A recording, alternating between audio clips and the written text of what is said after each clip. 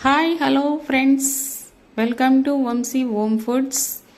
Friends, మీరందరూ ఎలా ఉన్నారు? మీరందరూ బాగుండాలని కోరుకుంటూ అందులో నేనున్నానంటూ ఈరోజు మా ఇంట్లో సండే రోజు చేసిన స్పెషల్స్ ఏంటంటే bagara rice and chicken curry అండి. చికెన్ కర్రీ నాటుకోడి స్టైల్లో వండేస్తున్నాను.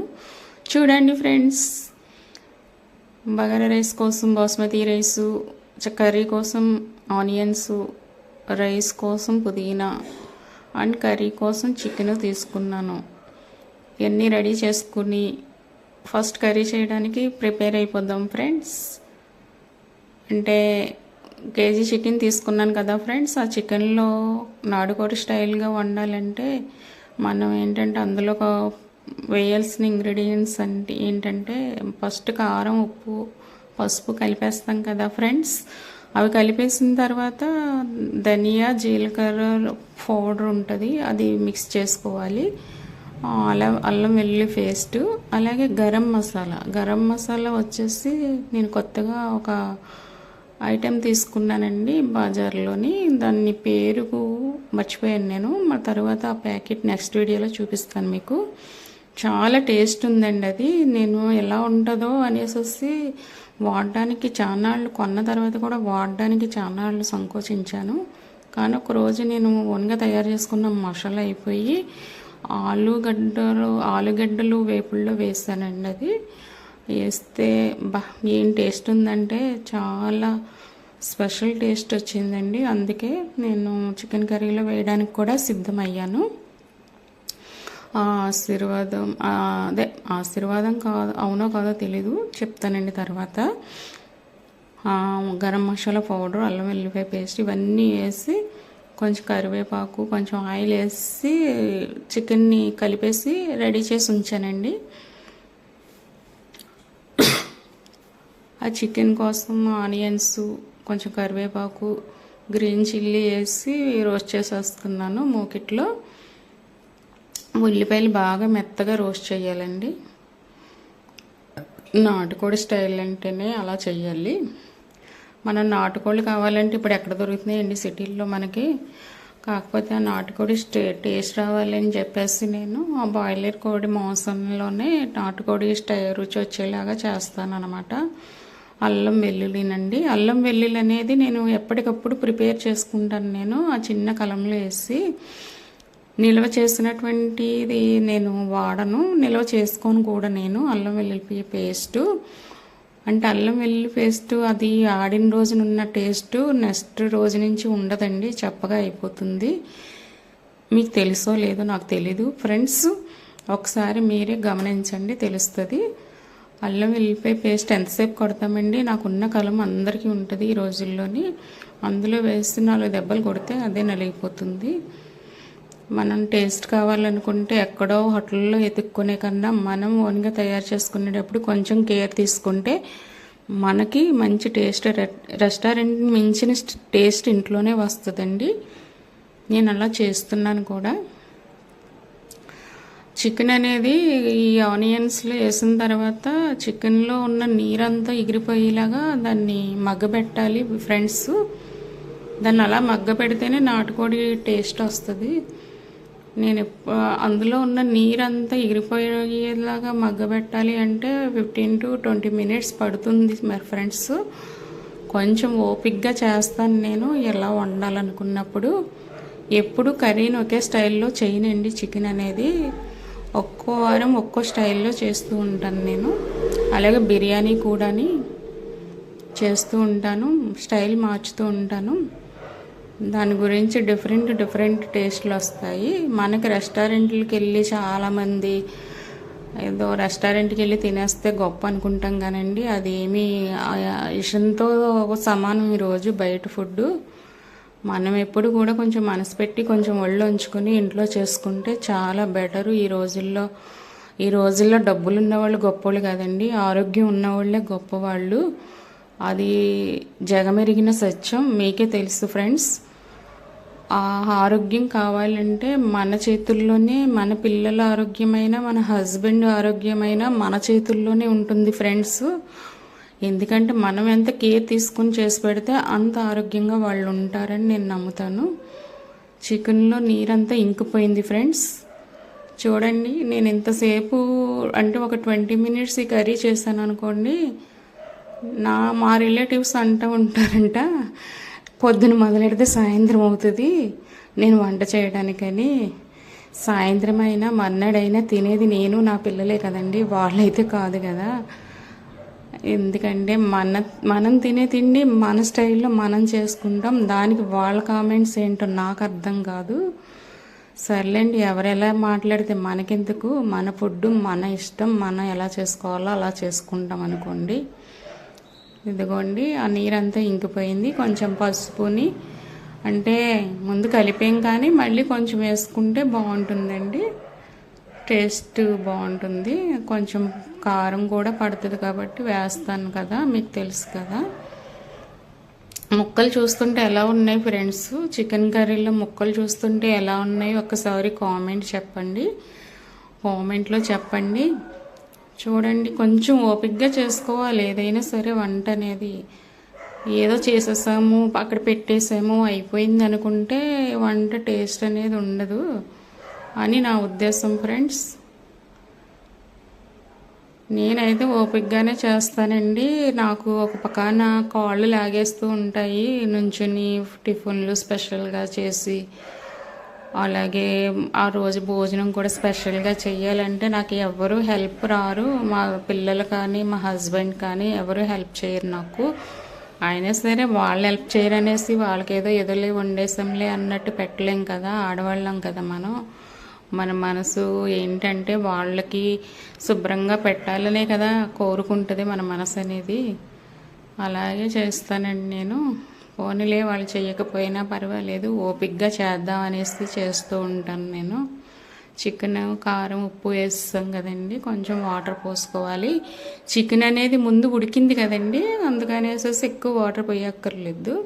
అంటే చికెన్లో ఉన్న నీరుతో చాలాసేపు మగ్గబెట్టాం కాబట్టి చికెన్ ఆల్రెడీ ఉడికిపోయింది. ఇప్పుడు కాస్త గ్రేవీ కావాలనుకుంటున్నాం కాబట్టి ఈ వాటర్ పోయడం అనమాట, లేకపోతే అవసరం లేదండి. అదే ఫ్రై కింద చేసుకుని తినేయచ్చు కూడా, అది ఇంకా బాగుంటుంది. ఈ బగారా రైస్లో గ్రేవీ కావాలి కాబట్టి నేను గ్రేవీ కోసం కొంచెం వాటర్ పోస్తున్నాను. దీన్ని మీడియంకి కూడా కొంచెం తక్కువ ఫ్లేమ్లో పెట్టి కుక్ చేయాలండి కర్రీ అనేది. కొంచెం దీనికి ప్రాసెస్ ఎక్కువ అండి, దాని గురించి టైం పడుతుందిలేండి. టైం అంటే ఎక్కువ టైం ఏం కదండి, ఒక 10 మినిట్స్ తేడా ఉంటుంది అంతే. ఆ 10 మినిట్స్ కూడా మనం వంట చేయడానికి భయపడితే ఇంకెందుకండి, ఆడవాళ్ళగా మనం పుట్టి. ఏమంటారు? నేను ఈ కర్రీ అయ్యేలోగా వంటింట్లో చాలా పనులు చక్క పెట్టేసుకుంటాను తెలుసండి కర్రీ చేస్తూ. అందుకే వంటింట్లోనే ఉంటాను నేను ఎక్కువ. వంటింట్లో బోళ్ళు పనులు ఉంటాయి కదండి, ఆడవాళ్ళు అయినా మీకు తెలియనిది ఏముంటుందండి. ఓ పక్కన కూరగాయలు తెస్తారు, అవి సర్దుకోవాలి, ఫ్రిడ్జ్లో సర్దుకోవాలి, దేనికదే కేటాయించాలి, కవర్లలోని బాక్సుల్లోని సర్దుకోవాలి. పక్కన ఆకుకూరలు తెస్తే అది ఇంకా పని. అవునా కదా చెప్పండి ఫ్రెండ్స్.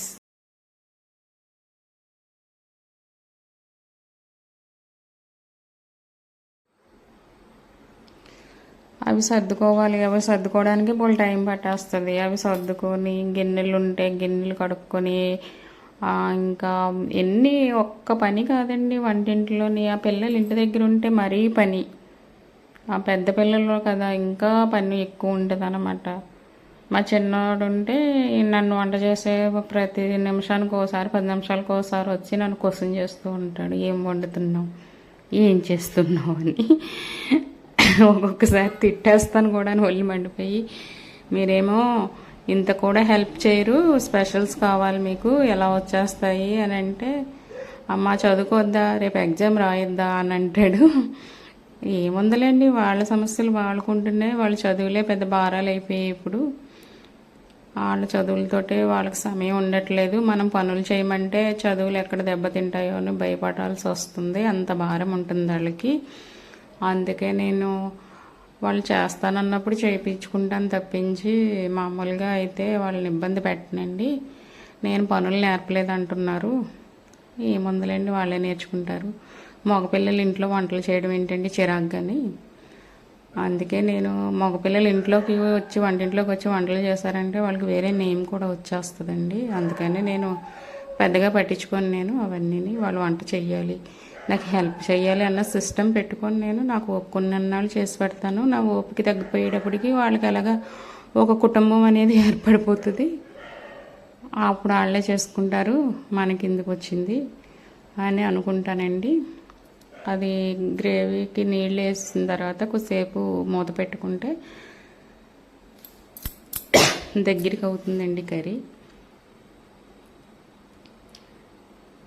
కర్రీ వచ్చేసి తెల్లగా కనిపిస్తుంది కదా మీకు వీడియోలోని. లేదండి, అది కలర్ఫుల్గానే ఉంది. వీడియో వల్ల ఏంటో అలా ఉంది అంతే. ఆవిరి వల్ల అనుకుంటున్నాను, కెమెరాకి ఆవిరి పట్టేసి అలా కనిపిస్తుంది అనుకుంటున్నాను నేను. చూడండి, గ్రేవీ దగ్గరికి అయిపోయింది కదా, చాలా చక్కగా వచ్చింది గ్రేవీ కూడాని. ఎక్కువగా కాకుండా మళ్ళీ తక్కువగా కాకుండా వచ్చిందండి గ్రేవీ అనేది. ఇలా కర్రీ రెడీ అయిపోయింది కదండి. బగారా రైస్ జస్ట్ 20 మినిట్స్లో చేసేయచ్చు అనమాట. ఒక కర్రీ ఒకటి నాటుకోడి స్టైల్లో ఉండాలి కాబట్టి ఒక 30 మినిట్స్ టైం పట్టిందండి. ఇదండి ఫైనల్ లుక్ బాగుందండి కర్రీ. ఇంకా మనం బగారా రైస్ మొదలు పెట్టేద్దామండి. బగారా రైస్కి పెద్దగా కావాల్సినటువంటి ఇంగ్రీడియంట్స్ ఏమి ఉండవండి. ఆనియన్స్ అదిగోండి, బాణలి పెట్టేసుకున్నాను, కళాయి పెట్టేసుకుని వేరుశనగ నూనె వేసాను, కొద్దిగా వేరుశనగ నూనె కొంచెం నెయ్యి ఉండి చేసేస్తే చాలా ఈజీ అనమాట అండి. బగారా రైస్ అనేది చాలా సింపుల్గా చేసేయచ్చు. నాకైతే చాలా సింపుల్ ఇది. అస్సలు 15 మినిట్స్లో ప్రాసెస్ అంతా జరిగిపోద్ది. అది ఉడకడం ఒక 5 మినిట్స్ నుంచి ఒక 10 మినిట్స్ వరకు పడుతుంది. దాన్ని ఏ లెవెల్లో ఎప్పుడు ఎలాగా మండించి కుక్ చేయాలనేది ఉంటుంది.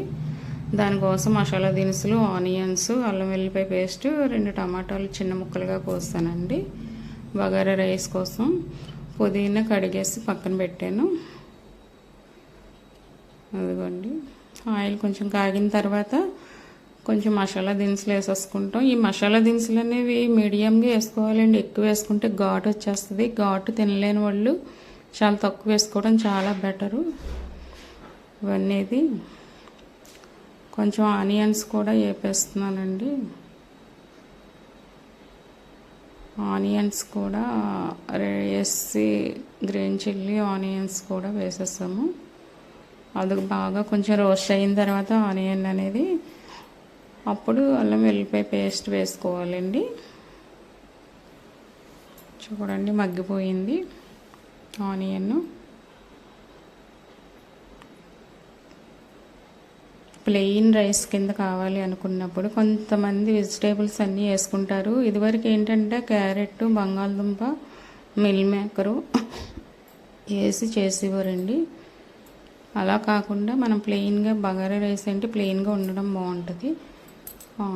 అల్లం వెల్లిపాయ పేస్ట్ వేసిన తర్వాత ఈ టమాటా ముక్కలు కూడా వేసేస్తానండి. అవి అన్నీ వేసిన తర్వాత కొంచెం రోస్ట్ చేసుకోవాలి, బాగా మగ్గిపోయేదాకా రోస్ట్ చేసుకోవాలి. ఇందులోనే మనం జీలకర్ర ధనియాల పౌడరు, అలాగే బిర్యానీ మసాలా ఇవన్నీ వేసేసి వాటర్, బాస్మతి రైస్ కాబట్టి ఒక 2 గ్లాసులకి 1 గ్లాస్కి గ్లాసున్నర వాటర్ పడుతుందండి. అంటే 2 గ్లాసుల రైస్కి 3 గ్లాసులు వాటర్ పడుతుంది. నేను 4 గ్లాసులు తీసుకున్నాను. అంటే 6 గ్లాసులు వాటర్ వేయాలన్నమాట.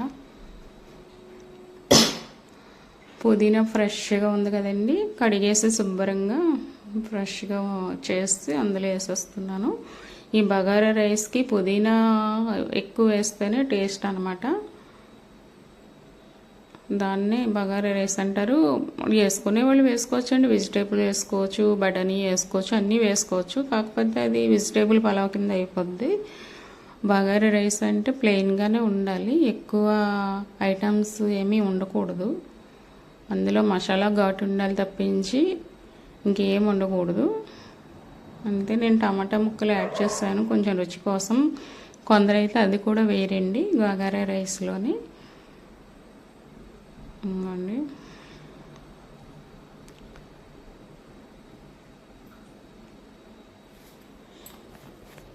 బాగా మగ్గనిచ్చిన తర్వాత మనం నానబెట్టుకున్న బాస్మతి రైస్ ఉంటాయి కదండి, మనం ఒక గంట ముందు నానబెట్టేసుకున్నాం కదా, గంట కూడా అవసరం లేదులేండి, అరగంట నానితే సరిపోద్ది. ఒక అరగంట సేపు మనం రైస్ తాలింపు పెడతాం అనగా ఒక అరగంట ముందు కడిగేసి ఇలా నానబెట్టుకోవాలండి. అదే బిర్యానీ మసాలా, మామూలు ధనియాలు, జీలకర్ర పౌడరు అవన్నీ వేస్తున్నాను అన్నమాట. అదే మనకి కేజీ రైస్కి కావాల్సిన క్వాంటిటీ ఏంటనేది తెలుసు కదా ఫ్రెండ్స్ మీకు. 2 టీ స్పూన్లు నుంచి 3 టీ స్పూన్ల వరకు వేసుకోవచ్చు. కొంచెం స్పైసీ కావాలనుకున్న వాళ్ళు ఇంకొంచెం యాడ్ చేసుకోవచ్చు. నా లెక్క ఏంటంటే 2 గ్లాసుల బియ్యానికి 1 టీ స్పూన్ అండ్ హాఫ్, అంటే ఒక అర టీ స్పూను 1 టీ స్పూన్ కలిపి వేస్తానండి. గరం మసాలా లెక్క అది. నెయ్యి అండి, ఈ నెయ్యి హెరిటేజ్ నెయ్యి అన్నమాట. ఇది తీసుకొచ్చారు మా వారు. ఇది వాడి చూడు ఎలా ఉందో చెప్పన్నారు. బాగుందండి, హెరిటేజ్ ప్యాకెట్ నెయ్యి చాలా బాగుంది. కావాలంటే ఒకసారి ఫ్రెండ్స్ మీరు కూడా ట్రై చేయండి, చాలా బాగుంది నెయ్యి. అది మనకి బాటిల్స్ అమ్మే నెయ్యి కంటే హెరిటేజ్ నెయ్యి చాలా టేస్ట్ ఉంది, చాలా స్మెల్ కూడా బాగుంది. గేదె నెయ్యిలాగే అనిపించింది. అది లాగే అనిపించడం కాదు, బహుశా హెరిటేజ్ పాలంటే ఎలా ఉంటాయో తెలుసు కదా, దాంట్లో నుండి తీస్తున్నటువంటి వెన్నతో చేస్తారు. చాలా టేస్ట్, చాలా స్మెల్ కూడా బాగుంది. పసుపు అండి, అంటే బగారా రైస్కి కొంచెం పసుపు యాడ్ చేస్తే కొంచెం కలర్ఫుల్గా ఉంటుంది. నానబెట్టుకున్న బాస్మతి రైస్ వేసేస్తున్నామండి. వేసేస్తున్న తర్వాత కొంచెం వాటిని ఫ్రై కింద చేయాలన్నమాట అందులోనే. ఎందుకంటే బాస్మతి రైస్ ఇలా ఉడికిస్తే కొంచెం జిగురు వస్తుందండి లాస్ట్లో. అంతా అయిపోయిన తర్వాత ఆ జిగురు రాకుండా ఉండాలంటే ఇలాగ కొంచెం 10 మినిట్స్ ఇలా ఫ్రై చేసుకుని అప్పుడు వాటర్ పోయాలన్నమాట. అలా వాటర్ పోస్తే పొడి పొడిగా చక్కగా దేనికి దానికే మెతుకు అంటుకోకుండా విడిపోతుంది అన్నమాట.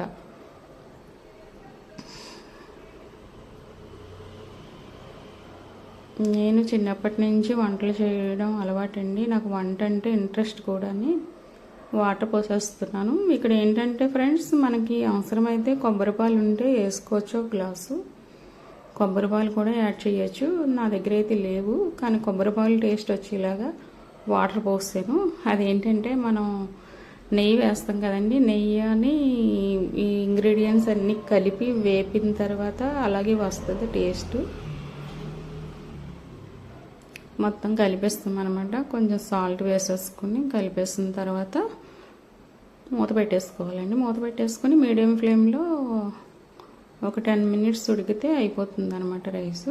అయిపోయింది కూడా చూడండి. అంటే లోపల నీరు ఉందా ఇంకా అయిపోయిందా అనేసి అలా లోపలికి పెట్టి చూస్తున్నాను అనమాట. అయిపోయింది, కొంచెం నీరైతే ఇంకిపోయింది కాబట్టి కొంచెం పైన పుదీనాని కొంచెం కొత్తిమీర వేస్తున్నాను అనమాట. కొంచెం నెయ్యి అని వేసుకుంటే బాగుంటుందండి టేస్ట్. కొంచెం నెయ్యి, కొంచెం పుదీనా, కొంచెం కొత్తిమీర, ఇంకేం అక్కర్లేదన్నమాట. ప్లెయిన్గా ఉంటుంది రైస్. చూడండి ఫ్రెండ్స్,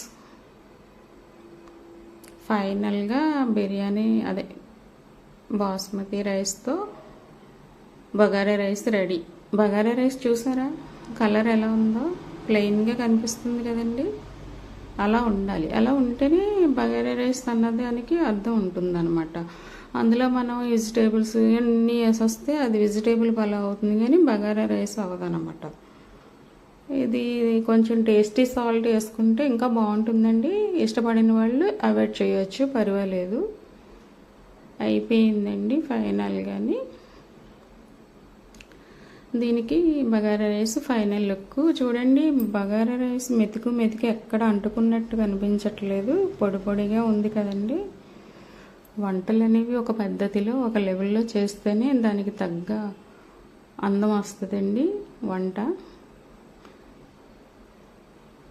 అనేది కూడా ఒక హార్ట్ఫుల్ కళ అని చెప్పాను కదండి, అలాగే చెయ్యాలి. అదిగోండి చూడండి, వడ్డించేస్తున్నాను మా పిల్లలకి. పొడి పొడిగా వచ్చిందండి.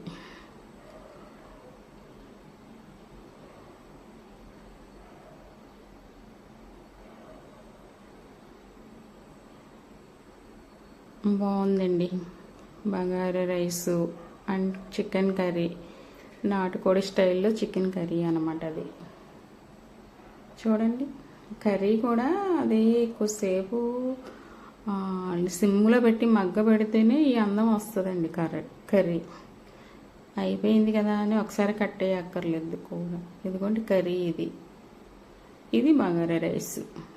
ఎలా ఫ్రెండ్స్, ఈ curry bagara rice and chicken curry మీకు నచ్చితే లైక్ చేయండి, షేర్ చేయండి, సబ్స్క్రైబ్ చేసుకోండి ఫ్రెండ్స్ సబ్స్క్రైబ్ చేసుకోండి. సబ్స్క్రైబ్ చేసుకొని చూసి నాకు హెల్ప్ చేయండి ఫ్రెండ్స్.